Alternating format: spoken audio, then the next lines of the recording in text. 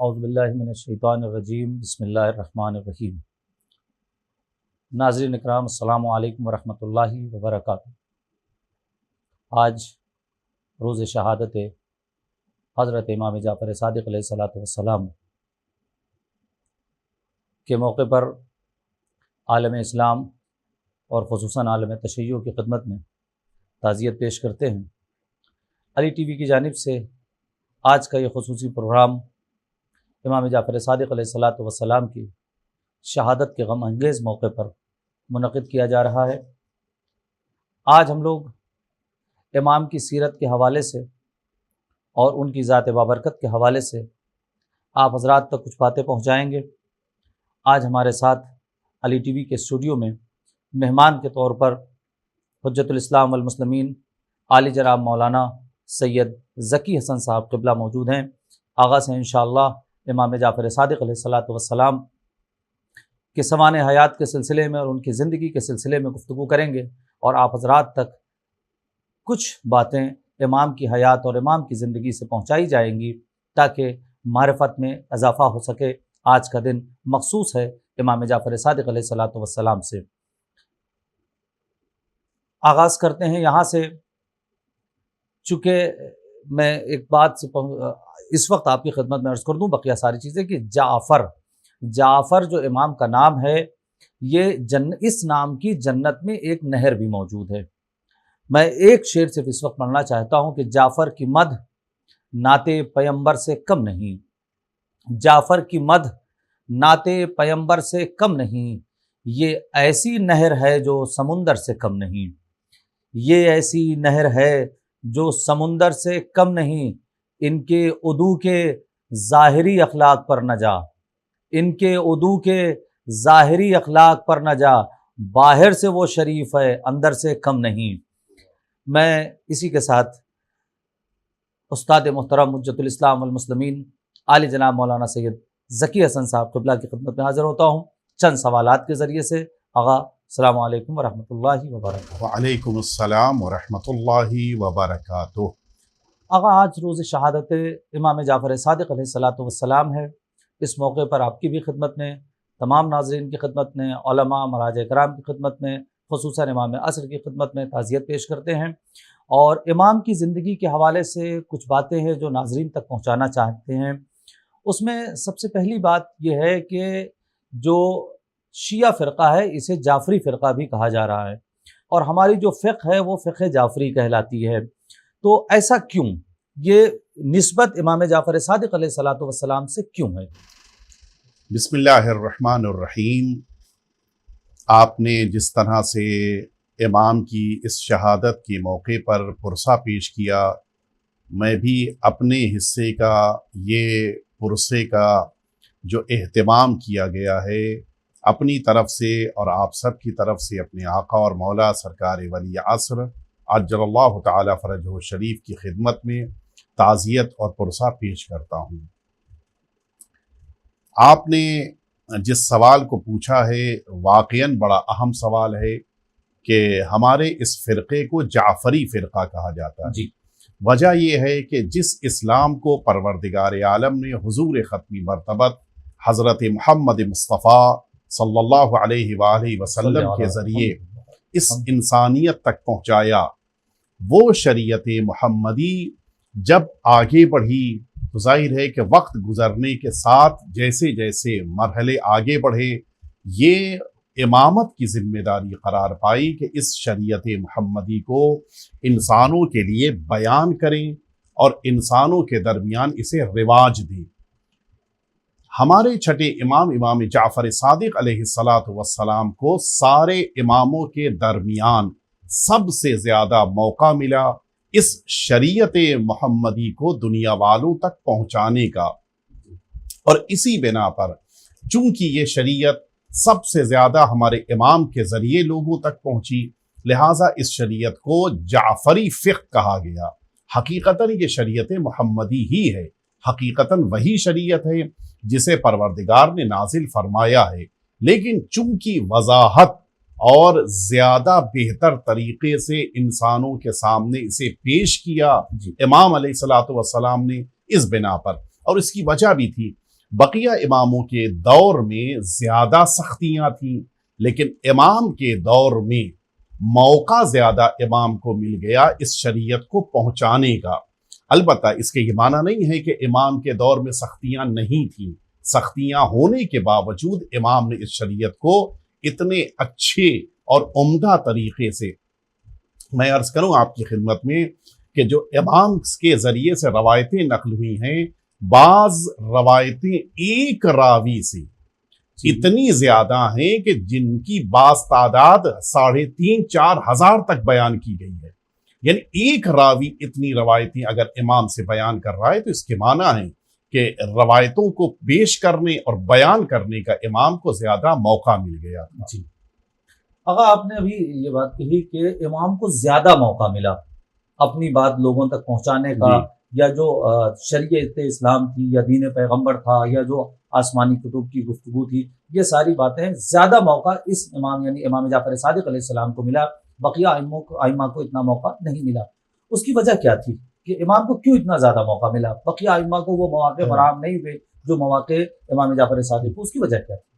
میں نے ابھی جیسا عرض کیا تھا کہ آپ کی خدمت میں کہ امام کے دور میں بھی سختیاں تھیں، چونکہ امام نے 11 حکام کے دور میں زندگی گزاری ہے، جن میں سے 9 حاکم وہ ہیں جو بنی امیہ کے ہیں اور 2 وہ ہیں جو بنی العباس کے ہیں۔ یہ حکومت تبدیل ہوئی تھی۔ آپ واقف ہیں کہ تقریباً چھٹے امام صلوات اللہ وسلام علیہ کے دور میں بنی امیہ سے حکومت بدل کے بنی عباس تک آئی۔ یہ جو درمیان میں حکومتوں کا ٹکراؤ ہوا کہ جس میں مروان حمار جو آخری حاکم تھا بنی امیہ کا، وہ قتل کیا گیا، اور اس کے بعد پھر بنی عباس میں صفاح آیا برسر اقتدار۔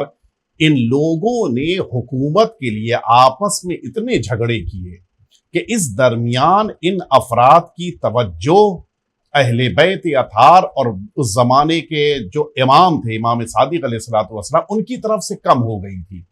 نتیجے میں یہ آپس میں لڑتے رہے اور دین پیغمبر کو نشر کرنے کا امام کو زیادہ موقع ملا۔ یہ اصل وجہ تھی، ورنہ سختیاں، پابندیاں، مشکلات، اور پھر میں عرض کروں آپ کی خدمت میں کہ بنی امیہ وہی ہیں کہ جنہوں نے سرکار سید الشہداء امام حسین کو شہید کیا، بنی امیہ وہی ہیں کہ جنہوں نے امام حسن مجتبی علیہ السلام سے جنگ کی، حتیٰ یہ کہ ہمارے چوتھے امام سجاد علیہ السلام کو شہید کیا، امام باقر علیہ السلام کو شہید کیا۔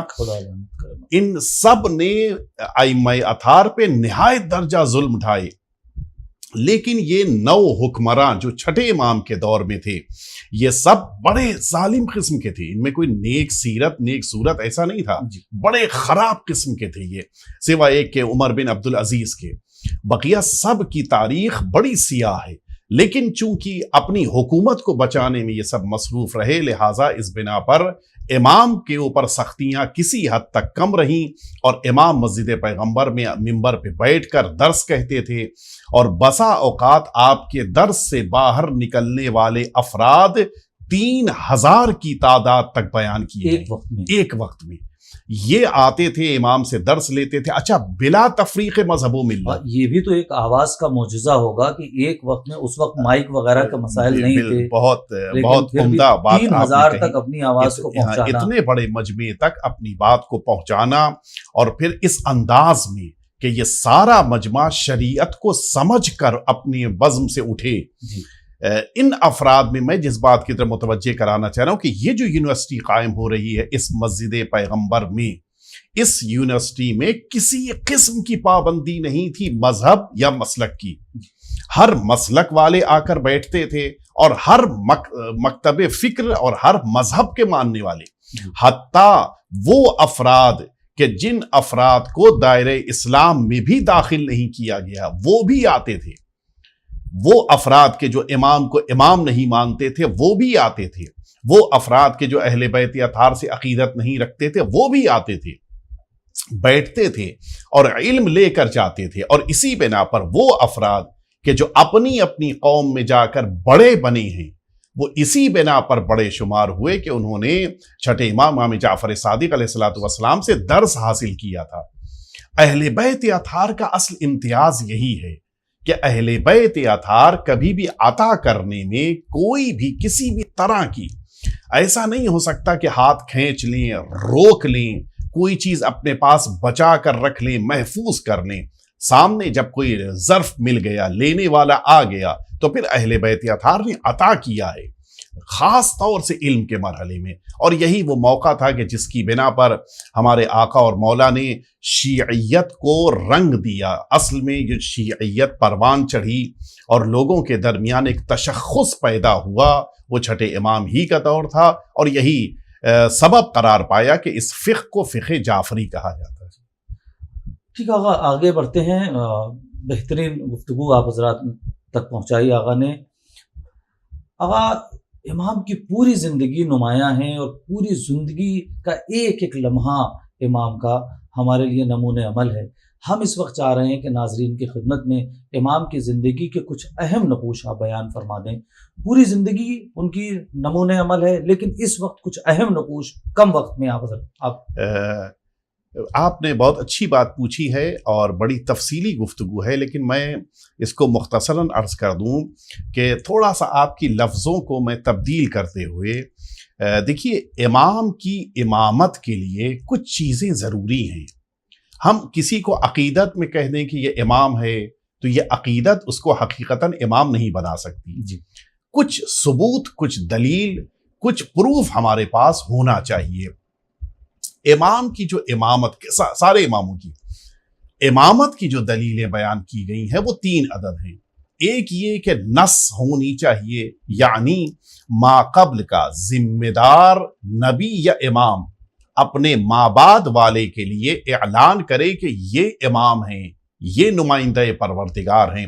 دوسری اس کے لیے ضرورت اس بات کی ہے کہ جو بھی امام ہو اس کے پاس علم پروردگار ہونا چاہیے، خدا کا دیا ہوا علم ہونا چاہیے، دنیا میں کسی کے سامنے زانو ادب نہ طے کیا ہو۔ جس کے پاس کسبی علم ہوگا وہ امام نہیں ایسن تم کہ کسبی علم نہیں، وہبی ول اللہ عطا کرے، پروردگار کا دیا ہوا علم ہے تو وہ امام ہے، تب کسبی علم ہے تو امام کسبی نہیں۔ علم اگر انسانوں سے لیا ہے تو امام پھر امام، جس طرح سے نبی کریم اس دنیا میں آنے کے بعد اگر کسی ایک انسان سے بھی آپ کچھ سیکھیں گے تو پھر آپ نبی نہیں رہ جائیں گے، بلکہ آپ سکھانے کے لیے آئے ہیں، لہٰذا اوپر سے علم لے کر آئیں گے۔ اسی طرح سے امام معصوم بھی ہیں۔ تیسری شرط یہ ہے کہ جس کو بھی منصب امامت ملے اس کے پاس عصمت ہونی چاہیے، معصوم ہونا چاہیے، گناہوں کا تصور بھی ان کے وہاں نہیں ہونا چاہیے۔ یہ تینوں چیزیں۔ آپ کا جو سوال تھا کہ امام کی حیات طیبہ سے متعلق، تو اب یہ تینوں پہلو امام کے بالکل واضح ہیں۔ جہاں تک آپ کے بارے میں نص کی بات ہے کہ آپ کے ماقبل کے امام نے آپ کے بارے میں بیان کیا ہو، تو آپ کی امامت کے بارے میں ہمارے پاس دونوں طرح کی دلیلیں ہیں۔ یہ 2 کیوں کہہ رہا ہوں میں؟ ایک تو وہ ثبوت ہے ہمارے پاس کہ 5ویں امام نے اپنی زندگی میں چھٹے امام کی امامت کے بارے میں متعدد موقعوں پر بیان کیا ہے۔ ہمارے پاس اصول کافی میں روایتیں متعدد موجود ہیں، یہ ایک ثبوت۔ دوسرا ثبوت ہمارے پاس موجود ہے کہ خود حضور ختمی مرتبہ صلی اللہ علیہ وآلہ وسلم نے اپنی حیات طیبہ میں جب اماموں کا ذکر فرمایا ہے تو چھٹے مرحلے میں جس امام کا نام نامی اپنی زبان اقدس پر لیا ہے وہ جعفر نام ہے، صادق لقب ہے، یہ رسول اللہ نے فرمایا تھا۔ میں ایک بات بیچ میں روک کر یہ کہہ دوں کہ سلسلے دنیا میں سبھی جگہ موجود ہیں، صرف ایسا نہیں ہے کہ شیعہ مسلک والے اور فرقے کے اعتبار سے ہم ہی لوگ ہوں کہ جو ایک سلسلے کو مانتے ہیں، ہر جگہ سلسلے کا تصور ہے، حتیٰ باطل جو افراد ہیں ان کے وہاں بھی کوئی نہ کوئی سلسلہ ہے، ان کے بعد یہ، ان کے بعد یہ، ان کے بعد یہ۔ لیکن آپ کو کہیں بھی یہ بات نہیں ملے گی کہ 100 سال پہلے، 150 سال پہلے ان کے بارے میں بیان کیا گیا ہو اور سلسلہ اسی طرح سے آگے بڑھا ہو۔ صرف ہمارے وہاں ان 12 معصومین کے لیے جو باتیں رسول اللہ نے بیان فرمائی تھیں من عن بالکل وہی واقع ہوئی، ذرہ برابر بھی فرق نہیں ہوا، نام تک کا فرق نہیں ہے، نام تک کا، کنیت کا،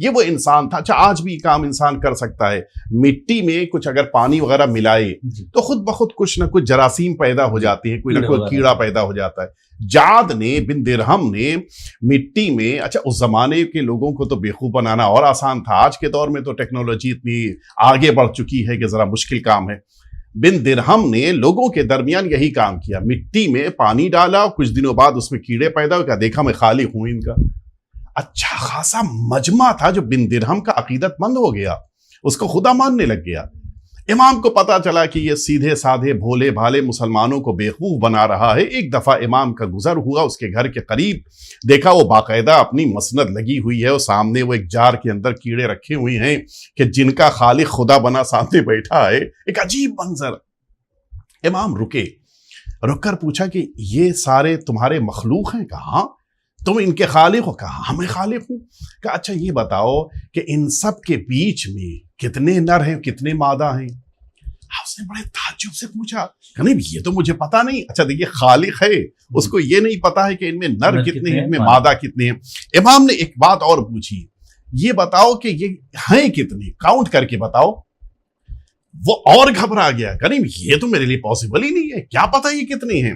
کہا اچھا ایک کام اور کرو, تم خالق ہو؟ کہا میں خالق ہوں. کہا تم ایک کام کرو, ان میں سے جس کو جدھر موقع مل رہا ہے وہ جا رہے ہیں کیڑے, تم ان کے درمیان جو مشرق کی طرف جا رہے ہیں ان کو مغرب کی طرف ڈائیورٹ کر دو, اور جو مغرب کی طرف جا رہے ہیں انہیں مشرق کی طرف ڈائیورٹ کر دو. کبھی یہ سب میرا کام نہیں ہے.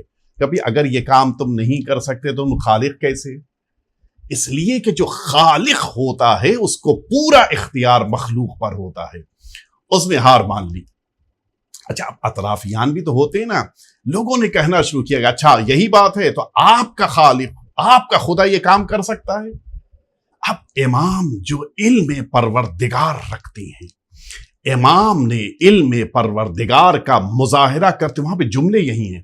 امام نے فرمایا کہ آؤ اب میں اللہ کے بندے کی قوت کا اظہار کروں. کیا بات ہے, یعنی خود خدا نہیں, خدا کے بندے کی قوت. اور اس کے بعد امام نے حکم دیا, نتیجے میں جو مغرب کی طرف کیڑے جا رہے تھے وہ سب اسی جار میں گھوم کے مشرق کی طرف چلنے لگے, اور جو مشرق کی طرف جا رہے تھے وہ گھوم کے مغرب کی طرف. یعنی یہ وہ منظر تھا کہ جس منظر نے نہ صرف یہ کہ اسلام کی طاقت کو لوگوں کے دلوں میں بٹھا دیا, بلکہ بتا دیا کہ جس خالق کو ہم مانتے ہیں اس خالق کا نمائندہ اتنی قوت رکھتا ہے تو خود خالق کا عالم کیا ہوگا. جی حقیقت یہ ہے کہ علم جو اہل بیت اطہار کو پروردگار نے دیا ہے, اس علم کا مقابلہ دنیا میں کوئی نہیں کر سکتا ہے. آقا آپ نے ابھی امام کے علم کے حوالے سے گفتگو کی اور کہا کہ اس سے پہلے کے جواب میں کہ ایک ایک وقت میں 3000 لوگ جو ہے امام کے درس میں ہوتے تھے, تو کچھ مخصوص شاگردوں کا ذکر کریں امام کے. اچھی بات آپ نے پوچھی ہے. امام کے شاگردوں میں بعض اتنے زیادہ بہترین شخصیتیں اپنے زمانے کی قرار پائے کہ جن کی بنا پہ آج انسانیت ناز کرتی ہے. آپ نے ظاہر ہے کہ ہم سب کے گھروں میں بچے موجود ہیں اور ہم سب نے بھی ایکیڈمک تعلیم نالج حاصل کی ہے. الجبرا کا نام یقیناً سنا ہے. کبھی ظاہر ہے کہ جب ہم بھی پڑھتے تو سب متوجہ بھی نہیں تھے کہ الجبرا میں شروع میں الف لام کہاں سے آ گیا. جی ورنہ الجبرا جو انگلش کا نام ہے اس میں الف لام کہاں سے آیا.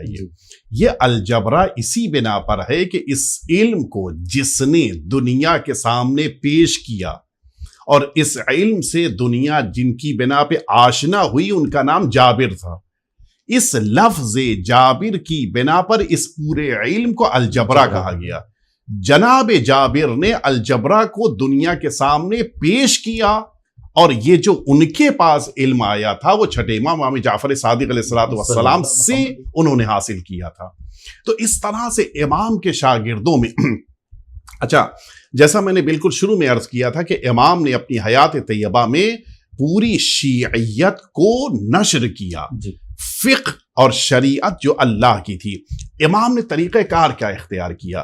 یہ جو 3000 شاگرد تھے ان میں سے ہر ایک کو کسی نہ کسی موضوع میں انہوں نے ایکسپرٹ بنایا. کسی کو علم کیمیا میں اس کو مہارت دے دی، کسی کو علم کلام یعنی جو عقائد کے موضوعات پہ گفتگو کرنے میں اس میں مہارت دی، کسی کو لکھنے میں جیسے زرارہ وغیرہ، کسی کو لکھنے میں مہارت امام نے عطا کی، بعض ایسے تھے کہ جن کو امام نے نحو اور صرف میں مہارت دی۔ یہ الگ الگ میدان کے بالکل اپنے اپنے زمانے کے ایکسپرٹس تھے کہ جو امام کے شاگردوں میں تھے۔ میں اگر ایک فہرست بھی عرض کروں تو شاید اس پروگرام کا وقت اس بات کے لیے متحمل نہیں ہو پائے گا۔ میں چند نام آپ کی خدمت میں عرض کروں۔ زرارہ بن اعین شیبانی امام کے بڑے معتبر صحابی تھے۔ یہ تقریباً جو ہم تک احادیث پہنچی ہیں ان کے راویان میں جناب زرارہ شامل ہیں۔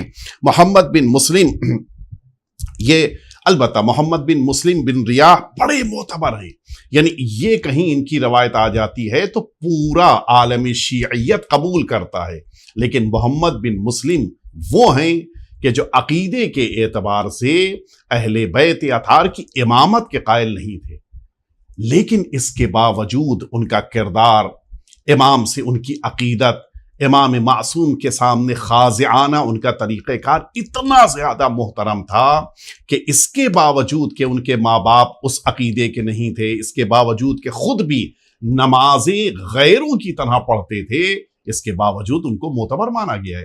یعنی ہم یہ کہنا چاہ رہے ہیں کہ ہماری فقہ میں، شریعت میں اگر کوئی انسان محترم ہے، صحیح ہے اور عمل کی دنیا میں بھی محترم ہے اور اہل بیت اطہار کا دشمن نہیں ہے، جی، تو پھر ایسا نہیں ہے کہ اس کی ہر بات کو، ہر اچھی بات کو بھی ٹھکرا دیا جائے، اس کی اچھائیوں کو لینا ہم سب قبول کرتے ہیں۔ یہ امام کا احترام امام کی حیثیت سے نہیں، استاد کی حیثیت سے کرتے تھے، اور اہل بیت اطہار سے عقیدت تھی ان کو۔ اہل بیت اطہار چونکہ اسلام میں آپ جانتے ہیں کہ سوائے ناصبی فرقے کے سب کے وہاں اہل بیت اطہار سے محبت اور مودت واجب ہے۔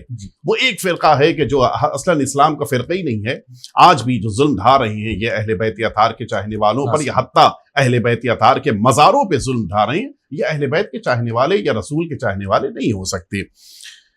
میں عرض کروں کہ ان کے درمیان فضیل بن یسار بصری ہیں، برید بن معاویہ عجلی ہیں، بہت سارے ایسے بزرگان ہیں کہ ابان بن تغلب ہیں، ابو حمزہ صومالی کہ جو چوتھے امام، پانچویں امام، چھٹے امام، یہ تین محترم اماموں اور تین اماموں کے شاگرد رہ چکے ہیں۔ یہ جو آپ نے ایک لفظ سنا ہوگا، ظاہر ہے کہ آپ ماشاءاللہ سے صاحب علم ہیں، ہمارے وہاں اصحاب اجماع کچھ ایسے 18 راویان ہیں کہ جن 18 راویوں کا نام اگر کسی روایت میں آ جاتا ہے تو ان کی اس روایت کو قبول کیا جاتا ہے، پھر کوئی اس میں مناقشہ نہیں ہوتا۔ ان 18 میں سے 12 چھٹے امام کے شاگرد ہیں، باقی 6 ہیں جو بقیہ اماموں کے شاگرد ہیں، لیکن یہ 12 وہ ہیں کہ جنہوں نے چھٹے امام سے علم حاصل کیا ہے۔ یعنی ایسے افراد کی تربیت کرتے تھے امام، جو اصل کمال تھا کہ لوگوں کو اتنی زیادہ بہتر طریقے سے ان کو علم عطا کر دیتے تھے امام کہ پھر ان کے لیے سارے حقائق روشن ہو جاتے تھے۔ اور اسی لیے بعض ایسے اصحاب تھے امام کے کہ جنہوں نے اپنے زمانے میں اپنی امامت تک کا دعویٰ کر دیا۔ شاید آپ اس سلسلے میں تعجب سے مجھے دیکھ رہے ہیں، لیکن حقیقت یہ ہے کہ برادران اہل سنت کے درمیان امام ابو حنیفہ یہ ایک امام ہیں، جبکہ امام ابو حنیفہ کا ایک بڑا بہترین، مشہور اور بڑا معتبر جملہ ہے کہ لولا السنتان لہلک النعمان، اگر میں 2 سال چھٹے امام جعفر صادق علیہ الصلوۃ والسلام سے علم نہ حاصل کرتا میں ہلاک ہو جاتا۔ اسی شہر کوفہ میں جس موقع کے اوپر امام ابو حنیفہ سے پوچھا گیا کہ آپ کی عمر کتنی ہے، اتنے بوڑھے ہو چکے تھے کہ بعض روایتوں میں ہے کہ بھویں تک سفید ہو رہی تھی، داڑھی اور سر کے بال تو سفید ہو چکے تھے۔ کتنی عمر ہے؟ کہا 2 سال۔ 2 سال؟ بڑے تعجب سے لوگوں نے پوچھا، کہاں؟ بس وہی 2 سال جو میں نے مدینے میں امام صادق علیہ السلام سے پڑھا ہے، بس وہی میری عمر ہے، بقیہ اس سے پہلے اس کے بعد جو کچھ بھی ہے وہ سب اضافی ہے۔ تو وہ اس بات کے قائل تھے کہ میرے پاس جتنا علم ہے وہ خود اللہ کے نمائندے چھٹے امام سے لیا ہوا ہے۔ یہ تو اہل بیت اطہار کی فضیلت ہے، جس کو جیسا علم چاہیے وہ اس کو عطا کر دیتی ہیں۔ اب یہ الگ بات ہے کہ انسان کے ظرف کا عالم کیا ہے، لینے کے بعد انکسار کی بنا پہ چھٹے امام کی امامت کے مقابل خود کو ایک عام انسان سمجھے، یا علم لینے کے بعد اتنا مغرور ہو جائے کہ پھر امام سمجھنے لگے، وہ ایک الگ مسئلہ ہے۔ لیکن اہل بیت اطہار کے شاگردوں میں ان 4 اماموں میں سے ایک امام، اور آپ کو تعجب ہوگا کہ بقیہ 3 وہ ہیں کہ جنہوں نے کہیں نہ کہیں ان لوگوں سے علم حاصل کیا ہے کہ جنہوں نے چھٹے امام سے علم حاصل کیا ہے۔ تو اس طرح سے یہ سارے مسلمانوں کے بزرگان ہیں کہ جو چھٹے امام کے شاگرد ہیں، اور اسی بنا پر مسلمانوں کے درمیان اختلافات ہونے کے باوجود جس طرح سے سرکار امیر المؤمنین حضرت علی علیہ السلام کی شخصیت سارے مسلمانوں کے درمیان محترم ہے، جس طرح سے امام حسین صلوات اللہ وسلام علیہ کی شخصیت سب کے درمیان محترم ہے، ان کے بعد چھٹے امام کی شخصیت بہت محترم ہے۔ 2 امام، یعنی پہلے امام، دوسرے امام، اور ان کے بعد چھٹے امام، درمیان میں بقیہ امام ہیں، یعنی تیسرے امام حسن مجتبیٰ علیہ السلام بھی بہت محترم ہیں، چوتھے اور 5ویں امام بھی، لیکن چھٹے امام کا درجہ مسلمانوں کے درمیان بہت زیادہ ہے۔ اور وجہ بھی یہی ہے کہ جو علم پھیلا ہے وہ چھٹے امام کے ذریعے سے دنیا والوں کو ملا ہے۔ آقا، آپ نے ابھی یہ کہا کہ شاگردوں میں سے بعض ایسے بھی تھے جو غیر مسلک کے تھے مگر احترام کرتے تھے، اور امام کا، چھٹے امام کا یہ احترام آج بھی ہم یہ دیکھتے ہیں کہ مسلمان گھروں میں عمومی طور پر ہوتا ہے۔ اس کی ایک دلیل یہ ہے کہ 22 رجب المرجب کو کنڈے کی نیاز، جس کو ہمارے عام طور سے کہا جاتا ہے، وہ جیسے شیعوں کے یہاں ہوتی ہے، اسی طریقے سے اہل سنت حضرات بھی، اور وہ جو کنڈے کی نیاز کہتے ہیں وہ امام جعفر صادق کی نظر ہوتی ہے۔ ہم لوگوں کے یہاں بھی وہ امام جعفر صادق کی نظر ہوتی ہے، اور سنی حضرات کے یہاں بھی امام جعفر صادق کی نظر ہوتی ہے۔ تو یہ احترام جو ابھی تک باقی ہے، یہ کس وجہ سے، یہ کیا ہے؟ آپ نے اس کا کیا وجہ ہے؟ اس کی آپ نے اچھی بات پوچھی ہے۔ میں آپ کی خدمت میں عرض کروں کہ روایتوں میں چھٹے امام، امام صادق علیہ السلام سے توسل کرنا اور امام سے کسی چیز کو مانگنا، یہ وہ ایک ایسی حقیقت تھی کہ جو جتنی ہم شیعہ افراد کے درمیان ہے اس سے کہیں زیادہ غیر شیعوں کے وہاں یہ چیز پائی جاتی ہے۔ یعنی چھٹے امام سے نظر کرنا، چھٹے امام سے کسی چیز کا مطالبہ دعا کی شکل میں کرنا، یہ بہت زیادہ رواج ہے۔ حتیٰ وہ روایت ہمارے وہاں موجود ہے کہ جس میں وہ شخص داؤد الرقی کا بھائی، کہ جو اتفاق یہ ہے کہ یہ وہ انسان تھا کہ جو خود امام کو امام نہیں مانتا تھا۔ اس کے باوجود بڑا تفصیلی واقعہ جو میں اس وقت تفصیل سے نہیں پیش کر پاؤں گا وقت کی تنگی کی بنا پر، لیکن صحرا میں جس موقع کے اوپر وہ بیمار ہوا اور پھر نتیجہ یہ ہوا کہ وہ مر گیا، اس کے بھائی نے باقاعدہ امام سے توسل، یہ بھائی وہ تھا کہ جو امام کی امامت کا قائل تھا، باقاعدہ امام سے توسل کیا، اور وہاں پر جملہ یہی ہے کہ آپ ہمارے زمانے کے امام ہیں، اور اسی بنا پہ ہمارے علماء نے یہ استدلال کیا ہے کہ انسان کو توسل کے موقع پر اپنے زمانے کے امام سے بھی توسل اور ان کے ذریعے سے اللہ تک جانے کی کوشش ضرور کرنی چاہیے۔ توسل کیا اور نتیجے، یہ جو نظر ہے یہ ایک توسل کا طریقہ ہے کہ ان سے نظر کی، مولا سے توسل کیا، اور مولا نے پھر آ کر باقاعدہ ایک چھڑی دی کہ اس کے دہن کے اوپر لگاؤ، اور پھر وہ زندگی اس کو ملی۔ ایک تفصیلی واقعہ میں یہ عرض کرنا چاہ رہا ہوں کہ یہ وہ واقعہ ہے کہ جتنا ہمارے وہاں ہے اس سے کہیں زیادہ یہ برادران اہل سنت کی کتابوں میں موجود ہے، اور اس کی ہی بنا پر، اس جیسے اور بھی متعدد واقعات کی بنا پر برادران اہل سنت بھی ہمارے امام کو اس عظمت کی نگاہ سے دیکھتے ہیں کہ اگر آپ غور کیجئے، جب امام حسین کا ذکر کرتے ہیں تو سیدنا حسین کہتے ہیں، جی، جب امیر المؤمنین کا تذکرہ کرتے ہیں تو پھر وہاں پہ لفظ امام نہیں استعمال کرتے، حضرت علی استعمال کرتے ہیں، لیکن چھٹے امام کا جب نام لیتے ہیں سارے مسلمان تو وہاں پر امام کہتے ہیں۔ وجہ یہی ہے کہ چونکہ آپ کی امامت کا تصور جو ہے وہ سب کے نزدیک مسلم ہے۔ حتیٰ میں عرض کروں کہ وہ افراد، بہت سارے الفاظ میں استعمال کرنے سے یہاں پر احتیاط کروں گا، لیکن وہ افراد جو ہمارے بعض اماموں کو نہیں مانتے، وہ بھی چھٹے امام کی امامت کو مانتے ہیں، یعنی 6 امام تک وہ امامت کے قائل ہیں، اور پھر بقیہ ان کی اولاد کو امام مانتے ہوئے پھر ان کا سلسلہ بدل جاتا ہے، ڈائیورٹ ہو جاتا ہے، لیکن چھٹے امام کی امامت وہ ہے کہ جس پر مسلمانوں میں سب کا اتفاق ہے۔ جو بقیہ اماموں کو امام نہیں مانتے وہ بھی امام مانتے ہیں، اور جو امام صادق علیہ السلام کے بعد امامت کو ڈائیورٹ کر دیتے ہیں وہ بھی امام مانتے ہیں۔ اس اعتبار سے امام کی شخصیت سارے مسلمانوں کے درمیان ایک اتفاقی شخصیت ہے، لہٰذا اس بنا پر چھٹے امام کی عظمت کا بھی اقرار ہے، اور آج کی اس شب اور کل کے اس دن میں ہم سب کو امام کا سوگ سارے مسلمانوں کے ساتھ مل کر اس لیے منانا چاہیے تاکہ دنیا کو بتائیں کہ دنیا جن مسلمانوں کو آج سمجھ نہیں پائی ان کے اماموں کا کیا درجہ اور رتبہ تھا۔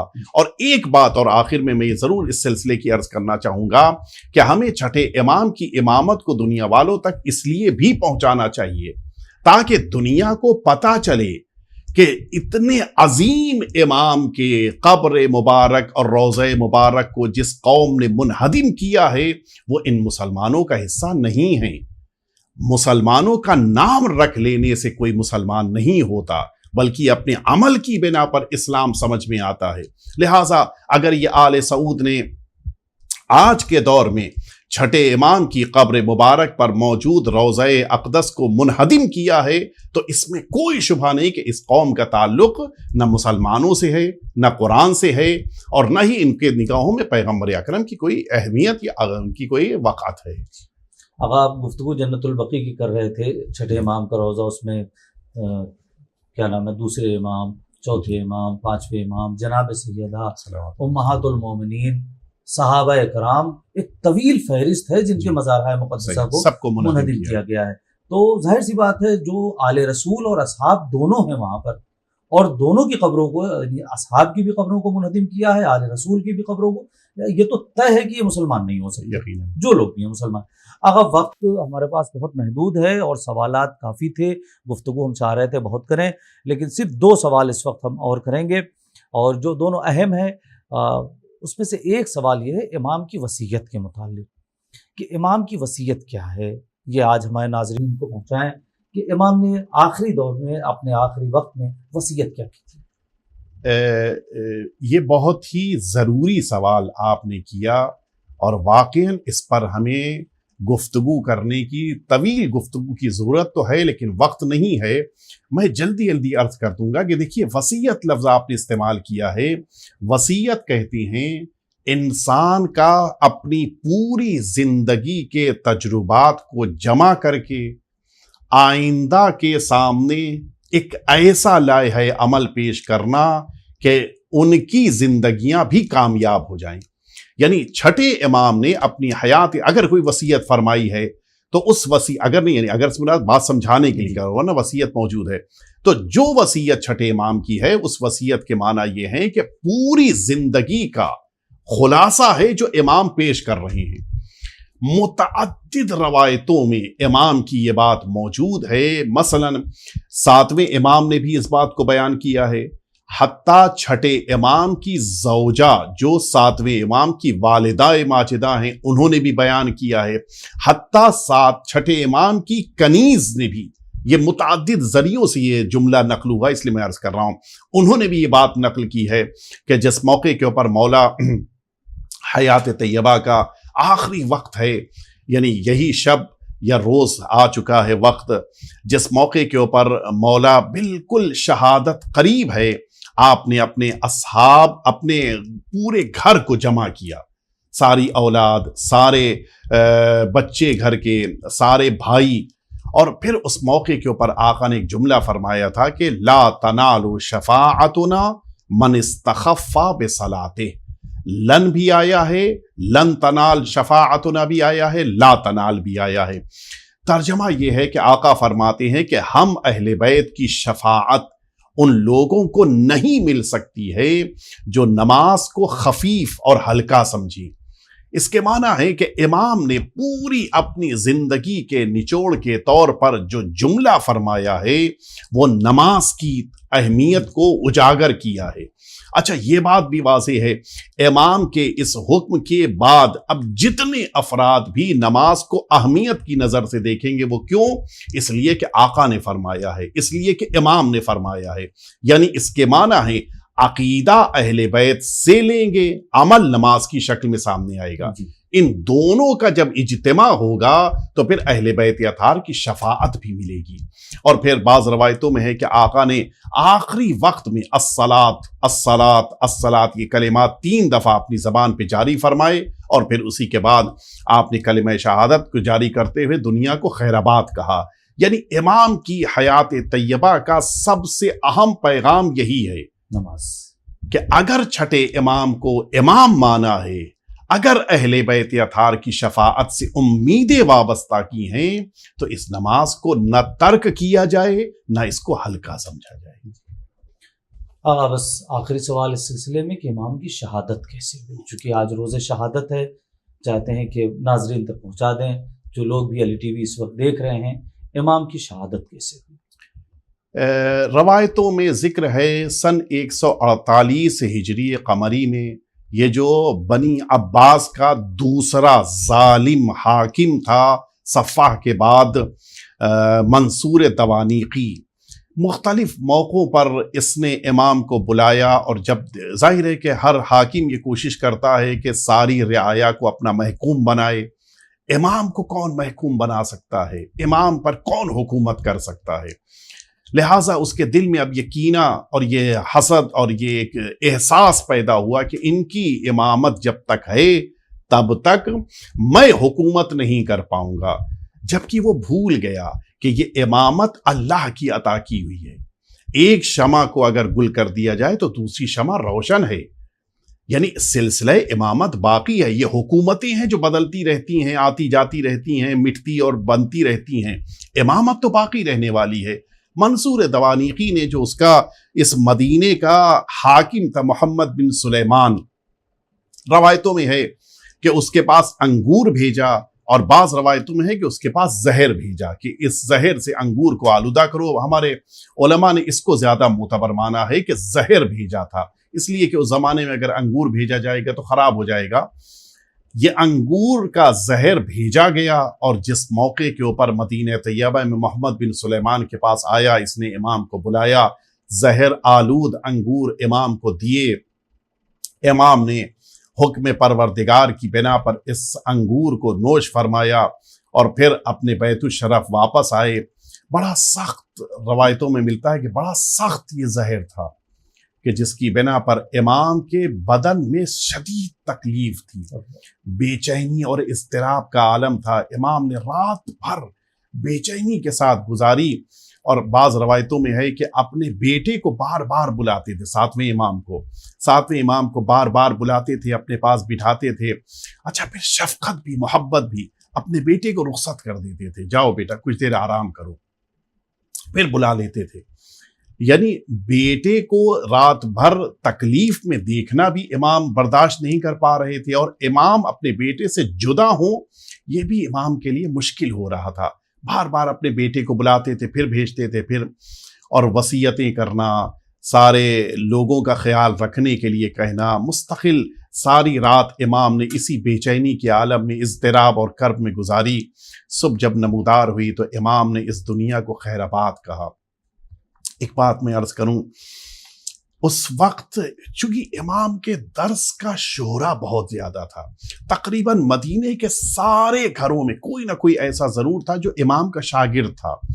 سب رو رہے تھے، سب فریاد کر رہے تھے، سب چیخ رہے تھے کہ میرے آقا، میرے استاد، میرے سرور رخصت ہو گئے۔ ایک عجیب مدینے کی کیفیت بیان کی گئی ہے۔ اور پھر جب امام کا جنازہ اٹھا ہے تو عالم یہ تھا کہ لوگ کاندھا دینے کے لیے موقع لوگوں کو نہیں مل پا رہا تھا، اتنا مجمع تھا، امام کے شاگرد سارے جمع تھے۔ لیکن ایک جملہ کہنے کو دل چاہتا ہے، حقیقت یہ ہے کہ اہل بیت اطہار کی شخصیتیں بڑی مظلوم ہیں۔ کل امام کے جنازے میں اتنا مجمع تھا، اور آج امام کی قبر کے اوپر کھڑے ہو کے زیارت پڑھنے کی بھی اجازت نہیں ہے۔ یعنی کوئی اگر امام کی قبر مبارک پہ کھڑے ہو کے زیارت بھی پڑھنا چاہتا ہے تو اس کو اذیتیں دی جاتی، مارا جاتا ہے۔